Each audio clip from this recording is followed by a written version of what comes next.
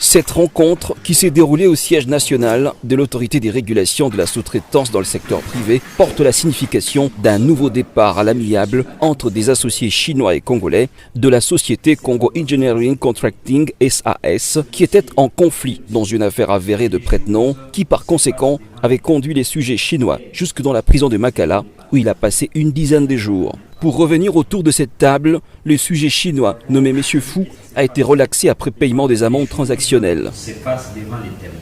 Cette séance présidée par le directeur général de l'ARSP, Miguel Cachal, a privilégié l'intérêt commercial des deux parties. En présence d'une commission de la FEC, des représentants de TFM et Qui s'en fout, deux sociétés principales qui ont accordé des marchés estimés à 60 millions de dollars américains, M. Fu a finalement accepté de signer conjointement un acte transactionnel pour mettre fin à ce litige et remettre les trois Congolais dans leurs droits tels que la loi sur la sous-traitance le prévoit, 51% de part pour les autochtones et 49% pour les expatriés. Ce problème a été porté à l'attention de l'ARSP qui, dans ses attributions, a le droit de remettre les pendules à l'heure. Et c'est ce qui s'est passé.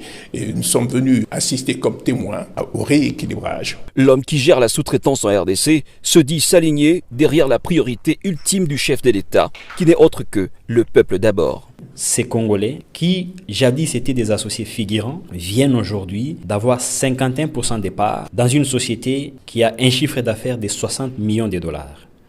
C'est le combat du président de la République. C'est la matérialisation de sa vision, le peuple d'abord, qui est le contrat social du président de la République, chef de l'État et les Congolais. L'honorable Miguel pense que ceci devra servir d'exemple aux autres sociétés qui ont encore du mal à se conformer aux prescrits de la loi dans le secteur.